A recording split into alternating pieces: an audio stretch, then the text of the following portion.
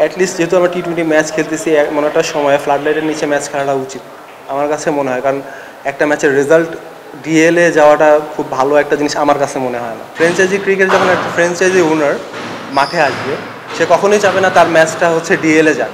যদি রেইন না হয়, বৃষ্টি যদি না হয়, সেক্ষেত্রে আমাদের প্ল্যানিং ছিল যে আমরা প্রথমে আমাদের হচ্ছে স্পিন এক পাশ থেকে শুরু করবে, আরেক পাশ থেকে মুকিদুল মুগ্ধ বোলিং করবে। তো যখন মুগ্ধ পেস বলটা করছিল প্রথম ওভারেই, তখনই আমরা ক্যাপ্টেন আকবর এবং সবাই বুঝতে পারতেছেন যে উইকেটটা ফার্স্ট ম্যাচে যেমন 206 রান হয়েছে, মানে সেকেন্ড ইনিংসে এত বেশি রান হবে না, কারণ উইকেটে বল মুভ করতেছিল।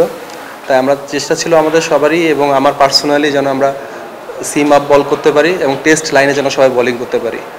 তো ওইভাবে বোলিং করে আসলে সাকসেসটা আসছে আমাদের।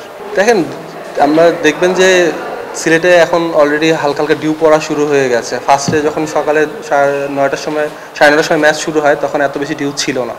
দুপুরের পর থেকে আস্তে হালকা হালকা ডিউ পড়া শুরু হয়েছে, যখন উইকেটে বল পড়ার পর অনেক বেশি স্কিডই ছিল। তো সেই ক্ষেত্রে হয়েছে যে উইকেটে অত ভালোভাবে বল ব্যাটে আসতেছিল না। এটা একটা বড় ফ্যাক্ট হতে পারে যে ব্যাটসম্যানদের স্ট্রাগল করার পিছনে।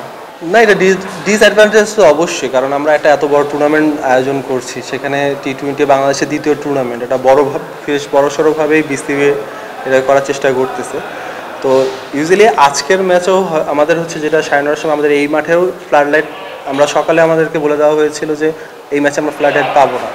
তো পরবর্তীতে ফ্লাড লাইট আসছে, সেটা আমরা যাই হোক আমাদের ক্যাপ্টেনকে কনসার্ন করা ছিল না এটা। কিন্তু অ্যাটলিস্ট যেহেতু আমরা টি-20 ম্যাচ খেলতেছি, এমন একটা সময় ফ্লাড লাইটের নিচে ম্যাচ খেলাটা উচিত আমার কাছে মনে হয়। কারণ একটা ম্যাচের রেজাল্ট ডিএলএ যাওয়াটা খুব ভালো একটা জিনিস আমার কাছে মনে হয় না। কারণ এখানে সবাই আমরা খেলতে আসছি, ম্যাচ খেলে হারা একরকম, আর ডিএলএ হেরে যাওয়া আলোক স্বল্পতার জন্য দুটো ডিফারেন্ট জিনিস। আমাদের একটা জিনিস আমি বলতে পারেন, রংপুর ডিভিশনের কথা আমি বলতে পারবো।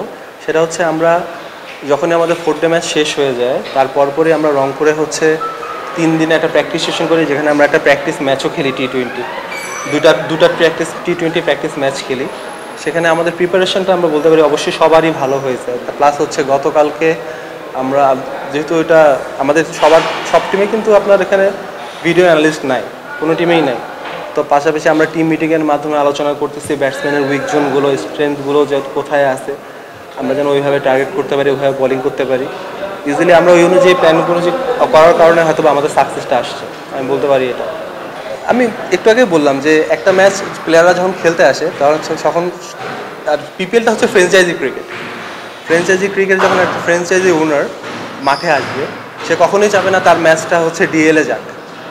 মানে যদি রেইন না হয়, বৃষ্টি যদি না হয়, সেক্ষেত্রে আচ্ছা যাই হোক, যদি বৃষ্টি না হয় কখনোই চাবে না যে ফগি ওয়েদারের কারণে ডিএলএ যাক।